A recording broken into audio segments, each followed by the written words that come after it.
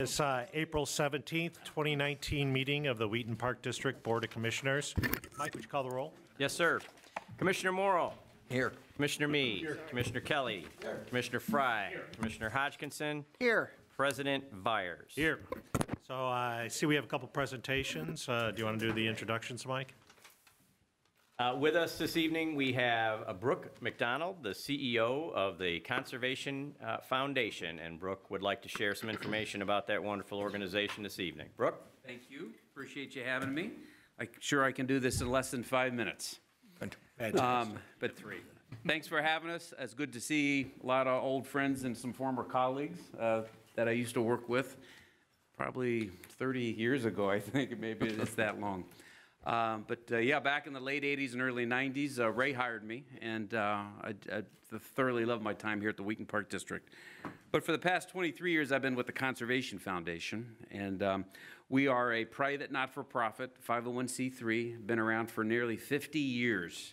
We were created in 1972 by Brooks McCormick. Doug Maines was also very instrumental in the early days of the Conservation Foundation. Gene Connell, we used to have our offices right here in Wheaton. And so we raise money privately, and we help park and forest preserve districts make more parks and forest preserves. So we do a lot of the private work, a lot of landowner discussions, bring in private foundation grants. Last year in 2018, we did about 400 acres of land in 5 different counties that we were involved with. This past fall, we helped the Oak Brook Park District pass their referendum to buy some of the old McDonald's property. So we do a lot of collaboration, a lot of partnering with park districts and forest preserve districts throughout the region. We're located in Naperville, and so, you know, helping to preserve land. And then the other part of our mission is cleaning up our rivers and streams, trying to improve the water quality of our rivers. We do a lot of work on the DuPage River and all of the tributaries, including Winfield Creek. And past 10 years, we've been doing a lot of work on the Fox River through Kane, Kendall, and LaSalle counties. So our main mission areas are preserving land, cleaning up our rivers and streams. We do a lot of environmental education, a lot of community education and outreach, a lot of community-based conservation. We've helped the Park District. I think the Conservation Foundation helped buy one of the first parcels in the Lincoln Marsh back in the 70s. So, and this is long before I was involved, but the Conservation Foundation has been working with you guys in the Forest Preserve District in the Lincoln Marsh ever since the 70s. So that's, you know, that's one of your really, really nice natural areas. We're a membership-based organization. We have about 5,000 members. Scattered throughout the areas. We primarily work in DuPage, Kane, Kendall, and Will counties. Those are our 4 core counties. But we also do some work out in DeKalb, a little bit in LaSalle, and a little bit in Grundy. But DuPage, Kane, Kendall, and Will really is our main service territory. We have a big dinner coming up next week, our Earth Day benefit dinner. It's on the 25th, and we get, you know, close to 600 people come to that event as a way to celebrate Earth Day and celebrate the environment. And then the last thing I'd like to say, and I'd be happy to answer any questions, is tomorrow is Whole Foods is their 5% day to benefit the Conservation Foundation. So at 5 locations, including the Wheaton Whole Foods. So if you need to buy something tomorrow at Whole Foods, and 5% of their profits for everything just for tomorrow will go to the Conservation Foundation. Last year, they wrote us a $23,000 check.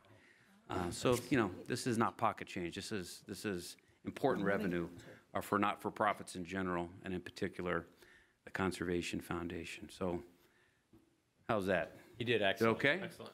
Any questions for Brooke? Keep up the good work, Thank Brooke. you, Terry. Yeah, we'll get you back on the canoe trip again this year. Yes, All right. I'm on. Okay, all right. Thank you for having me. I appreciate it. Thanks. Thank you. Thank you very much. Yes, our next speaker is Jamie Martinson, our preschool and camps manager, who has an update on some programming. Hi, everyone. My name is Jamie Martinson, and I'm the preschool and camp manager with the Wheaton Park District. This evening, I'm going to provide some highlights on our 2018 summer camp season, as well as some exciting things to look forward to with our 2019 summer camp season, which is surprisingly right around the corner. In 2018, we had over 3,200 summer campers participate in our camp programs. And in those 10 short weeks of summer camp, Our programs netted over $160,000, which is pretty awesome. 5 of our camps maintained American Camp Association accreditation, and we also added one additional camp, the teen camp, Camp I Don't Know, to that list. So now our total's up to 6. Our campers took some exciting field trips last summer to the DuPage County Fair. We went to Main Event. We went to Medieval Times. And we even had our own private screening of The Incredibles 2 movie when it was released, which was pretty exciting. We also build many educational components into our summer camp curriculum, and some examples are we have visits and we take field trips to the Cosley Zoo and the Lincoln Marsh, which also internally benefit other departments of the district. We have Scarce come out and teach our campers environmental education initiatives, and we also have the Wheaton Fire Department and the Wheaton Fire Department and Wheaton Police Department come out and provide educational opportunities for the campers too. Last summer, over 85% of our parents felt that our summer camp offerings were above average or exceeded their expectations. A huge aspect of this rating I would attribute to our awesome summer camp staff, because they're the ones that are out there with the kids every single day, making the day fun and building those memories with the kids.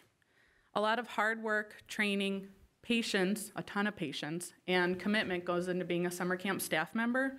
And I think that they're the main reason that makes the Wheaton Park District summer camp stand out as some of the best in the area.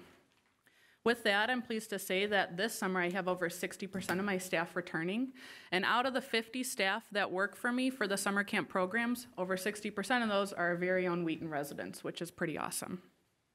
Enrollment for the 2019 camp season is off to an incredible start, like some numbers that we haven't seen in many, many years. Year to date, our enrollment's up over 40% right now, which is really awesome. We attribute this to an extremely successful 2018 camp season, as well as some really heavy marketing efforts to push the early registration with the programs being offered in the spring guide. We also hosted a camp information table just about a week before registration opened up, and myself and some various other supervisors and managers sat at a table in the community center and were there all day to answer questions to prospective parents and campers before registration opened up the following week. We're excited to continue offering a lot of our camper favorite activities, including a lot of swimming at Northside Pool and Rice Pool, archery over at Toohey Park, canoeing over at Northside Park, and a lot of great field trips. A lot of our camps are already full with some pretty lengthy wait lists, which is a good problem for us to have. But from preschool camps to preteen camps, nature camps, sports camps, camps at the museum, and traditional part day and full day camps, the Wheaton Park District really has something to offer for everyone. Even though, like I said, a lot of sections are full or they're filling quick, we still have a lot of space in some of our really great offerings. So I encourage any parent who's looking for some summer camp programs to give me a call so I can help talk you through all the different options and try to help guide you in the right direction so we can choose the best camp offering for your camper this summer. Thank you. Thanks, Jamie. Jamie. Any questions for Jamie? Well, Jamie, I think you ought She to give ran yourself away. one more plug. So if parents have questions and they want to call and talk to somebody in the Park District, Yeah. who should they ask for? Just say that again. Please ask for Jamie Martinson. You got it. Extension 5138. That way, Jamie. Good. All right, thanks, Jamie. Don, anybody sign up for community input? Nope. All right, let's move on to the consent agenda. Does somebody have a motion ready? I'll go for it.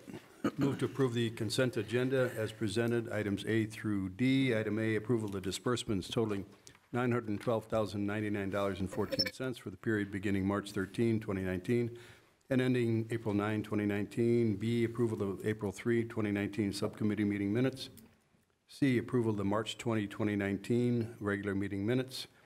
D, approval of expenses over $10,000 but under the legal bid limit. Sub A, removal of Central Athletic Center bleachers by Hayden Construction in the amount of $9,320. Sub B, renewal of license for the maintenance management software, TMA systems for $16,665. And sub C, purchase of Arrowhead Golf Course equipment, that being the purchase of one Toro GTX Workman at a cost of $10,683.40 through the National Intergovernmental Purchasing Alliance, contract number 201-7025. Second. So we have a motion by me, a second by Fry. Any discussion? Mike, would you call the roll? Commissioner Morrow? Yes. Commissioner Me? Yes. Commissioner Kelly? Yes. Commissioner Fry? Yes. Commissioner Hodgkinson? Yes. President Vires. Yes. New business, item 1, ordinance 2019-03. Does somebody have a motion ready? I'll move for the approval and authorizing the execution of funding and reimbursement agreement for the construction of Phase 2 of the sensory playground between the Wheaton Park District and the Play for All Playground and Garden Foundation. Second. So motion by Fry, second by Hodgkinson. Any discussion?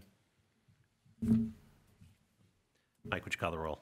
Commissioner Me. Yes. Commissioner Kelly. Yes. Commissioner Fry. Yes. Commissioner Hodgkinson. Yes. Commissioner Morrill. Yes. President Vires. Yes. Item 2, bid results for Rams football equipment. Does somebody have a motion ready?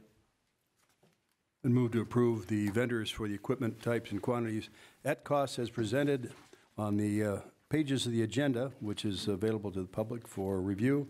And again, it's for the Rams football equipment and apparel. Second. So we have a motion by me, second by Morrill. Any discussion? Mike, would you call the roll? Commissioner Kelly. Yes. Commissioner Fry. Yes. Commissioner Hodgkinson. Yes. Commissioner Morrill. Yes. Commissioner Me. Yes. President Vires. Yes. Item 3, the cheerleading apparel. Somebody have a motion ready? Move approval of the bid from Rebel Athletic for a cost of $123.94 per uniform for the 2019 and 2020 program years. There'll be approximately 130 uniforms that'll be purchased in 2019 and only 50 in 2020. Second. So motion by Morrill, second by Fry. Any discussion? Mike, would you call the roll? Excuse me. Commissioner Fry. Yes. Commissioner Hodgkinson. Yes. Commissioner Morrill. Yes. Commissioner Me. Yes. Commissioner Kelly. Yes. President Vires. Yes. Item 4, Arrowhead kitchen improvements. Somebody have a motion ready? We're not going to approve this, I guess. Move to approve the food service equipment design service contract with Trimark Marlin at a cost of $4,000. Oh, we're skipping an item, Terry. Oh, Item did I? 4. Yeah, I we're- apologize. I withdraw that.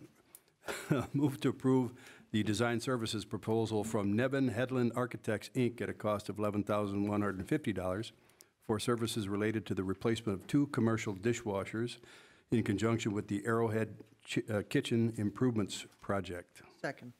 So we have a motion by me, second by Hodgkinson. Any discussion? This was the result of the consultants we hired and some improvements to efficiencies that we're hoping will speed up service time and everything at Arrowhead, correct? Correct. Yep. This particular item, the 2 commercial dishwashers, should lead to significant cost savings in the realm of labor. Okay, we can do a voice vote. All those in favor say aye. Aye. Opposed? Motion carries. Item 5, food service equipment at Arrowhead again. Somebody want to make that motion? Terry, it'll sound very familiar to you. Yes, it will, but, I don't want to jazz that one up.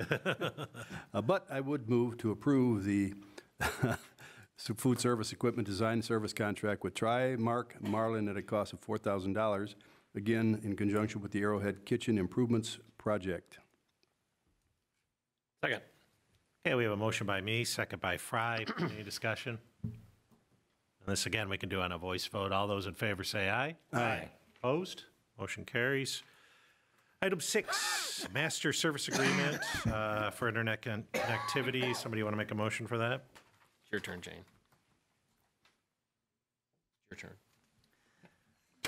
I'd like to recommend approval of a master services agreement for internet connectivity and redundancy for 6 Park District facilities with COEO Solutions for $4,150 per month for 36 months, plus a one-time labor expense of $3,150 payable to the district's managed services provider, AIE.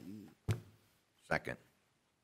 Motion by Hodgkinson, second by Morrill. Any discussion? Roll call? Yeah. Mike, would you call the roll? Commissioner Hodgkinson. Yes. Commissioner Morrill. Yes. Commissioner Me. Yes. Commissioner Kelly. Yes. Commissioner Fry. Yes. President Vires. Yes. Item 7, service addendum. Somebody have a motion ready? So, Guess it's my turn. Bob's making assignments tonight. Who made Commissioner Fry in charge of things? Having some fun tonight. Pass the gavel down to Fry. I recommend that we approve a service addendum to the master service agreement for hosted phone services for all Park District facilities with Voyant, previously ANPI, for $2,182.85 per month, plus taxes and fees for 36 months. Second. Who was it? Who got the second there? Terry? Terry. Thank you. So motion by Kelly, second by me. Any discussion? Mike, would you call the roll? Commissioner Morrow? Yes. Commissioner Me? Yes. Commissioner Kelly? Yes. Commissioner Fry? Yes. Commissioner Hodgkinson? Yes. President Vires? Yes. All right. Item 8, Arrowhead Golf Club Information Tech. Somebody have a motion ready? I guess it's my turn now. I'll move for the approval of the proposal from Advanced Intelligence Engineering for $32,106.03, which includes hardware, software, licensing, and labor, plus a monthly maintenance cost of $758.90. This is for Arrowhead Golf Club information technology improvements. Second. Motion by Fry, second by Morrill. Any discussion? Mike, would you call the roll? Commissioner Me? Yes. Commissioner Kelly? Yes. Commissioner Fry? Yes. Commissioner Hodgkinson? Yes. Commissioner Morrow? Yes. President Vires? Yes. Item 9, Alarm System Project, change order. Somebody have a motion ready? Now I'll move that we approve change order number 4 with Imperial Surveillance in the amount of $3,516 to expand user capacity for our alarm codes. Second. So second by Fry. Motion by Kelly, second by Fry. Any discussion? This was just a little, we needed more access for, everybody's got their individual code, right? And we had more users. Add more users, yes. Okay. No discussion. We could do a voice vote on that. All those in favor say aye. Aye. Opposed? No. Motion carries. Ray All said right. no. Did I hear a no? Yes, Ray. Ray. Oh, Ray. There's a Ray. Commissioner Morrill. Put Ray down. as Just a to be no, Donna. difficult, Mr. Ray. Who wants code sharing? All right, item 10, Central Athletic Center Lobby and Restroom Project. Somebody have a motion ready? Yeah, I move that we approve change order number 2 with G. Fisher Construction in the amount of $4,763.57 for changes in the scope of the work at the Central Athletic Complex. Second. Motion by Kelly, second by Fry. Any discussion? Yeah, no, this change order just incorporates 3 minor changes that we ran into, 1 credit and 2 small adds. Any further discussion? We can do a voice vote. All those in favor say aye. Aye. Opposed? Ray, you good? Aye. All right, motion carries. Move on to reports from staff. Executive Director, Mike, do you have anything? I'd like to encourage everybody here and our friends at home to get out into our parks. There's over 50 parks in the Wheaton Park District Park System. You can visit a park a week, and spring is here, and it is the Park District's time to shine. Plants are growing, trees are budding out, and this last winter being the character builder that it was, I think a recommendation to get out and enjoy the outdoors is in order, so. And there's a rumor that there was a giant carp caught at Lake Elliott. It was a gigantic carp. I have a picture of it. If anybody wants to see it, give me a call. It's probably 45-pound fish. Wow. That's been living there a while. They pulled the guy into the water who caught it. Wow. Somebody pulled up and had to stop and help him get out of the water. That is land cool. his fish. All right. How about anybody's commissioner comments on any topic? Plus, we have the report from the Historical Museum. Ray, do you have some comments? Yeah, just the report is great. As usual, these reports are wonderful. A lot of good information for us. So I do appreciate it, and appreciate the awards and that the museum has gotten, and Zach has gotten. A little bit confused on the accreditation process. Maybe at some point, you don't have to do it tonight, but clarify that. I assume you're working on the accreditation, and it's taking longer than you thought it was going to. I don't know. It's taking every bit as long as we thought it would take, but Michelle can elaborate. I was confused with that section. So the museum had been accredited in the past about 20, 30 years ago. And when it went through the changes and almost closed, and then the Park District stepped in, we had to start pretty much from scratch. because we had lost the accreditation, it had lapsed. And so we had to start from scratch and start over again, all new professionals. We have to redo all of our processes, all of our policies. We are currently working on STEPS. STEPS is a program with a partnered organization to the one that would accredit us. And it has a step-by-step checklist guideline. And so we are part of the way through that process. It was determined a few years ago that that would be the easiest way for our very small staff to slowly work on accreditation due to being open 7 days a week, and our priorities lie with our patrons always. They come in the door, they are our number one priority. And so that's our slow step through accreditation. I think that's why they named it STEPS. So it's a year or two down the road? It's probably 2 years down the road, maybe 3 to apply. We expect to finish STEPS hopefully by the end of 2020. And then we'll be in a really good process, and like a really good place to start the core document verification for the accreditation, which is the start of the year to 18-month process for accreditation. It is a little bit longer of a process than the Park District one, it seems. It can take a year to 18 months, and that doesn't count necessarily the time it takes to fix anything that the various people suggest to the museum in between. It is my first time going through it as well, so I'm finding out some of the stuff as we go as well, doing the research, and it's a very, very large process, and there's not very many small museums that are accredited in this area, so. Good luck. Good luck. Thank you. Keep plugging away. And we'll keep you updated on that as we I think the can. accreditations are important. It shows that we're doing the best we can do. I have a few other things, but not on the museum, so. Go ahead, Ray, if you want to. Yeah, I just want to congratulate Max on being a certified Ellis and Associates lifeguard instructor. That was one of the things I think was a requirement of his job employment, so I'm glad he did it. Also understand that the museum numbers are down because of the street construction. Do we know when that's going to be completed, that street right in there? 5-10 years from now. I think it's, there's this particular phase, they're hoping to be done by, I think it's June. You can correct, Michelle's following it closely, but there's 2 more years of street construction in downtown Wheaton ahead of us, not necessarily right in front of the museum, but it's going to be a process. So Mike is right. The end of June is when they're scheduled to be finished with Wesley Street. And it just kind of changes day to day what is in front of our museum.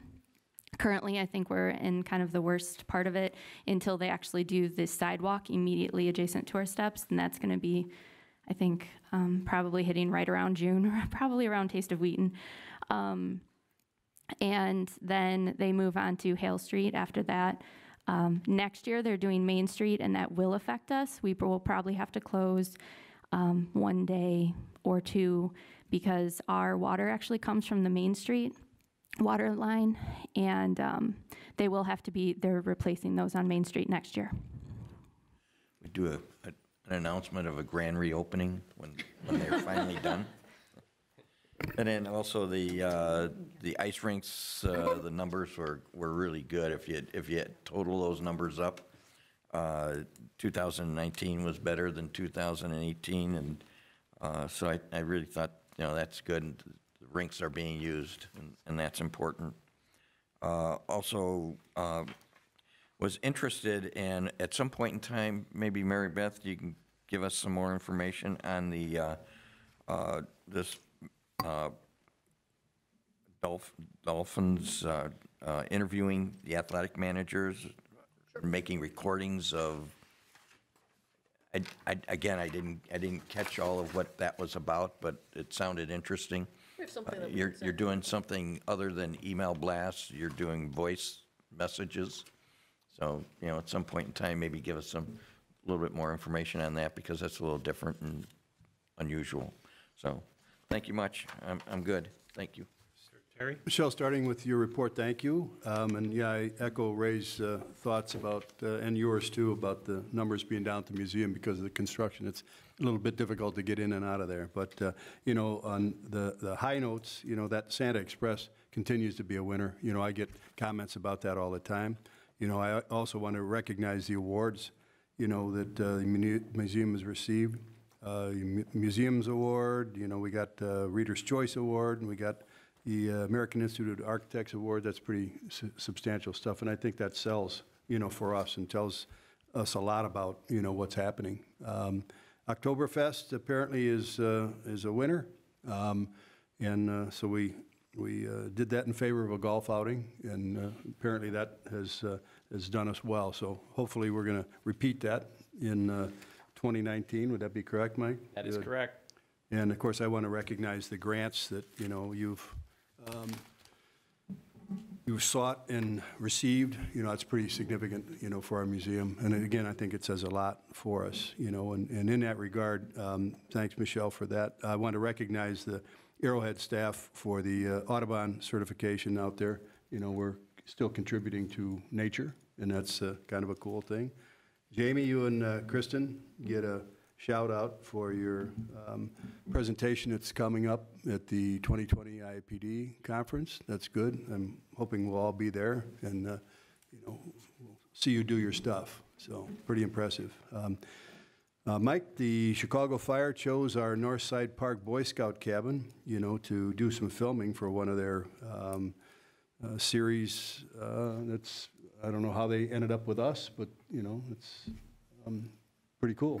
There's been a number of articles over the last several years that have specifically called out Northside Park as a destination and very well taken care of and with a lot going on. I suspect it's something along those lines that have attracted the folks that scout locations for TV shows and commercials and things to Northside Park. I could be wrong, but that'd be my guess. We also did there was also some filming that took place At Arrowhead. at Arrowhead Golf Club as well. Kelsey Grammer was at Yeah. Arrowhead. Well, I must have missed that one, but, you know, I don't follow that program, Chicago Fire, but I'll have to watch that series. So it's a nice compliment that our facilities are of the caliber that people are wanting to do professional film productions at them. So And I saw some information that they've done some possible improvements in the cabin. What did they do? yeah, they did quite a bit of basically some detailed visual improvement look, and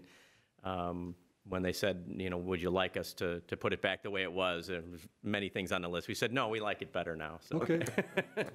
Two more comments. Sadly, I want to recognize, you know, the untimely and sudden death of, you know, one of our fine young bar servers at Arrowhead, you know, and that would be Scott Griffith.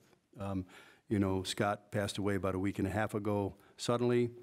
Scott was a fine person, and he was certainly an excellent staff member, and he will be missed. There was a good turnout, you know, for his visitation. I wish it was under different circumstances, but, you know, we'll miss Scott. On an up note, though, I want to recognize the 1,000 runners at our recent fun run in color on Saturday, which was covered by the Daily Herald. But, you know, and certainly I don't want to forget, you know, recognizing our co-sponsor, which was the AM Rotary Club. So that was, I think they did a good job. So that's about it for me. Thanks, Terry. John? No? Bob? They touched everything I was going to say. I'm good. Jane?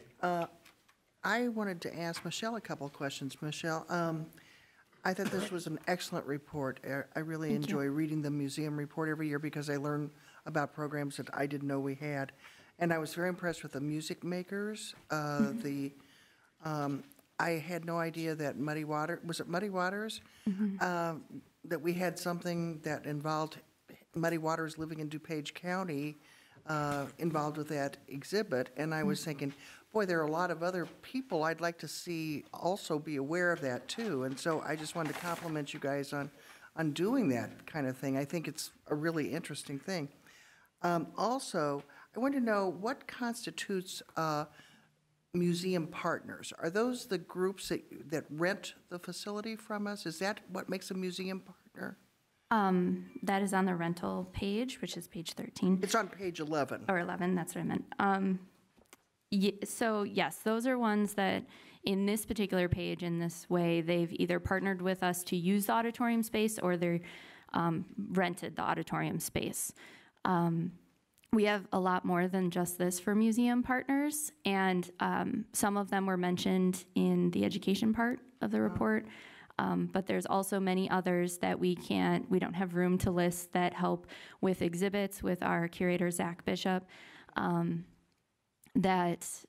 I wouldn't have a number off the top of my head for help loan us or provide us research or loan us items like the Muddy Water and Eddie Clearwater stuff in that was very the DuPage Music Makers. And so we have a relationship with all the other museums in DuPage County, don't we, or somewhat of a relationship with them? We do, and we're also in a lot of, Like consortiums or something? yes, with them, yes. Okay, great, thank you. You're welcome. Nice report. Thank you. Anything else for the good of the order? Somebody have a motion to adjourn ready? So moved. Second? All right, all those in favor say aye. Aye. Opposed? All right. We now don't have to tell you guys to do that one?